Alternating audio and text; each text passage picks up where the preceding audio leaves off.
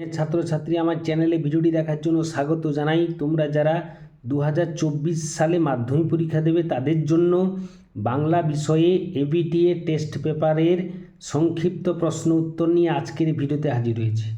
আশা করি ভিডিওটি তোমাদের কাছে উপভোগ্য এবং উপযোগী হয়ে উঠবে। তো চলো আবার শুরু করা যাক। একের দাগে সঠিক উত্তরটি নির্বাচন করো। একের এক, মেসোর উপযুক্ত কাজ হবে সেটা। উপযুক্ত কাজটি কি? উত্তর হবে গয়ের দাগে গল্প ছাপিয়ে দেওয়া। একের দুয়ের দাগে প্রশ্ন, কিন্তু বুনো হাঁস ধরাই যে এদের কাজ। বক্তা হলেন রামদাস তলোয়ারকর। পরবর্তী প্রশ্ন, একের তিনের দাগে নদের চাঁদের ভারী আমোদ বোধ হইতে লাগিল। কারণ কি? কারণ হবে নদীর স্ফীতরূপ দেখে। একের চার দাগে প্রশ্ন, কবির সঙ্গীতে বেজে উঠেছিল। কি বেজে উঠেছিল? উত্তর হবে সুন্দরের আরাধনা। একের পাঁচের দাগে প্রশ্ন, বিশ্বপাতার বক্ষকোলে কি দোলে? এখানে হচ্ছে কৃপাণ ঝোলে। একের ছয়ের দাগে প্রশ্ন, ভাঙিল প্রবল বাও। বাউ শব্দের অর্থ কি? বাউ শব্দের অর্থ হচ্ছে বাতাস বা বায়ু। চীনারা চিরকাল লেখার জন্য ব্যবহার করে আসছে কি? উত্তর হবে তুলি। একের আটের দাগে প্রশ্ন, অল্পবিদ্যা ভয়ঙ্করী এটি সাহিত্যের কোন বিষয়? উত্তর হবে প্রবাদ। একের নয়ের দাগে প্রশ্ন, ছেলেবেলায় রাজশেখর বসুকে যার জ্যামিতি বই পড়তে হয়েছে তিনি হলেন। গয়ের দাগে উত্তর ব্রহ্মমোহন মল্লিক।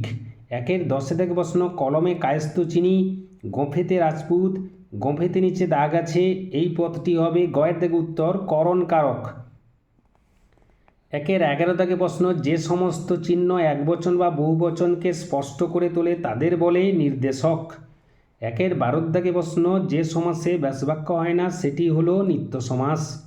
একের 13 দাগে প্রশ্ন, অনুদান সমাসটি গড়ে উঠেছে সাদৃশ্য অর্থে বা মিল অর্থে। একের 14 দাগে প্রশ্ন, সূর্য পশ্চিম দিকে উদিত হয়, এখানে যে ত্রুটি আছে সেটি হচ্ছে যোগ্যতা নেই। একের 15 দাগে প্রশ্ন, সব মিলিয়ে লেখালেখি রীতিমতো ছোটোখাটো একটা অনুষ্ঠান, গঠনগত দিক থেকে বাক্যটি হলো সরল বাক্য। একের 16 দাগে প্রশ্ন, এটি কি ধরনের বাচ্য? শাঁখ বাজছে, উত্তর হবে কর্মকর্তৃ বাচ্য।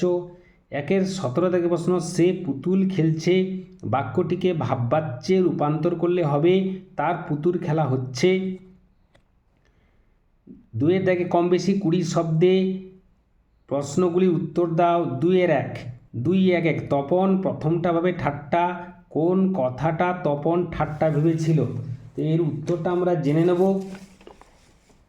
নতুন মেসোমশাই যখন তপনকে জানান তার গল্প দিব্যি হয়েছে, একটু সংশোধন করে দিলে ছাপতে দেওয়া চলে বা দেওয়া যায়, তখন সম্পূর্ণ বিশ্বাস করতে না পেরে তপন এই কথাকে নিছক ঠাট্টা বলে মনে করেছিল। এর পরবর্তী প্রশ্ন, 2-1 আপনি কি ভগবানের চেয়ে বড়? বক্তা একথা কাকে বলেছিলেন? উত্তর হবে বিরাগীরূপী হরিদা, শহরের সবচেয়ে ধনী মানুষ ও 11 লক্ষ টাকার সম্পত্তির মালিক জগদীশবাবুকে একথা বলেছিলেন।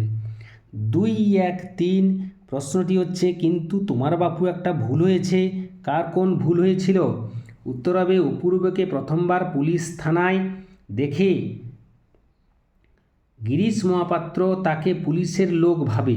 দ্বিতীয়বার রেল স্টেশনে তাদের দেখা হলে অপূর্ব তার ভুল ভাঙাবার জন্য তাকে এই কথা বলেছিল। 2-1 প্রশ্নটি হচ্ছে, উনি ঘোষণা করলেন, কে কি ঘোষণা করলেন? উত্তর হবে গ্রাম প্রধান ঘোষণা করেছিলেন যে আজ থেকে গ্রামের সকলে অমৃতকে অদল আর ইসাবকে বদল বলে ডাকবে।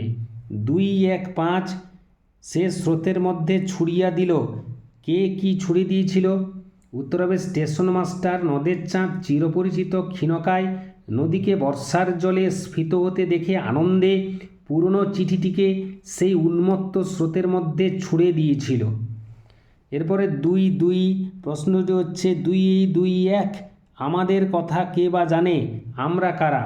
আমাদের বলতে সমাজের অসহায়, বঞ্চিত, শোষিত, শাসিত, লাঞ্ছিত, তিরস্কৃত, বহিষ্কৃত ও সাম্রাজ্যবাদী হানাদারি শত্রুর হাতের সাধারণ মানুষদের বোঝানো হয়েছে। এর পরবর্তী প্রশ্ন 2-2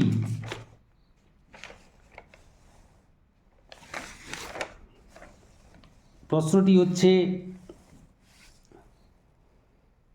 কৃপণ আলোর অন্তপুরে কৃপণ আলো বলা হয়েছে কেন? উত্তর হবে আফ্রিকা মহাদেশ ঘন নিবিড় অরণ্যে ঢাকা, সেখানে সূর্যের আলো মৃত্তিকা বক্ষে প্রবেশ করতে পারে না বা আসতে পারে না।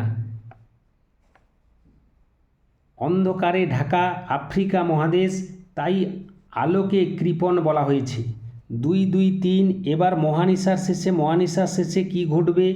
উত্তর হবে মহানিশার শেষে অর্থাৎ পরাধীন দেশের অত্যাচার অপমানের শেষে উষার হাসি তথা মুক্তি সূর্যের প্রথম আলোয় জাতির জীবন নতুন করে উদ্ভাসিত হবে। 2, 2, 4। প্রশ্নটি হচ্ছে বিস্মিত হইল বালা, বালা কি দেখে বিস্মিত হয়েছিল?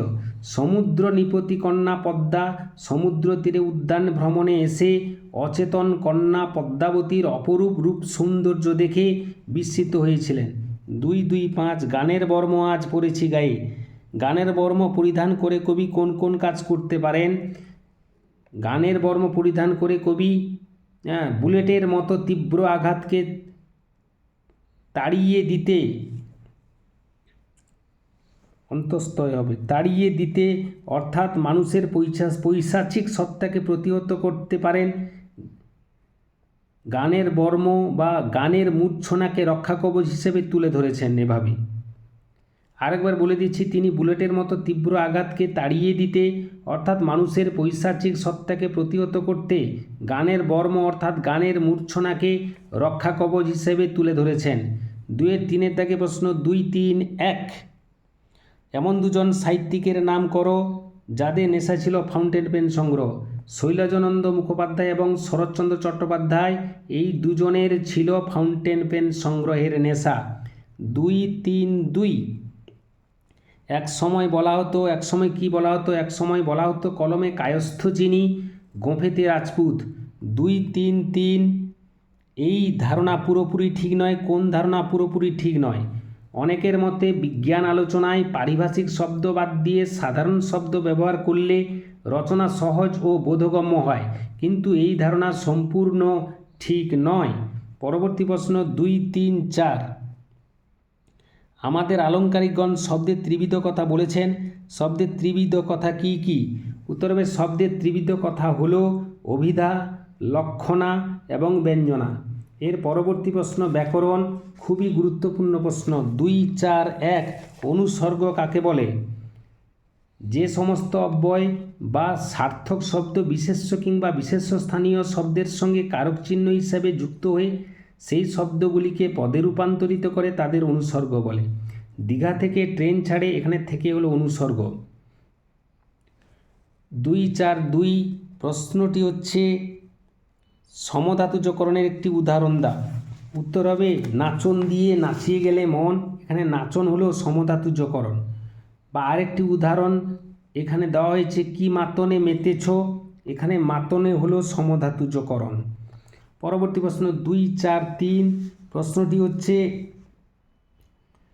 বাক্যাশ্রয়ী সমাস কাকে বলে? অনেক ক্ষেত্রে একটি সম্পূর্ণ বাক্য কিংবা বাক্যাংশ সমাসবদ্ধ একটি পদরূপে প্রযুক্ত হয়, তখন তাকে বাক্যাশ্রয়ী সমাস বলে। যেমন সবুজ বাঁচাও কমিটি, এখানে সবুজ বাঁচাও সমিতি দেওয়া হয়েছে, সব পেয়েছির দেশ ইত্যাদি।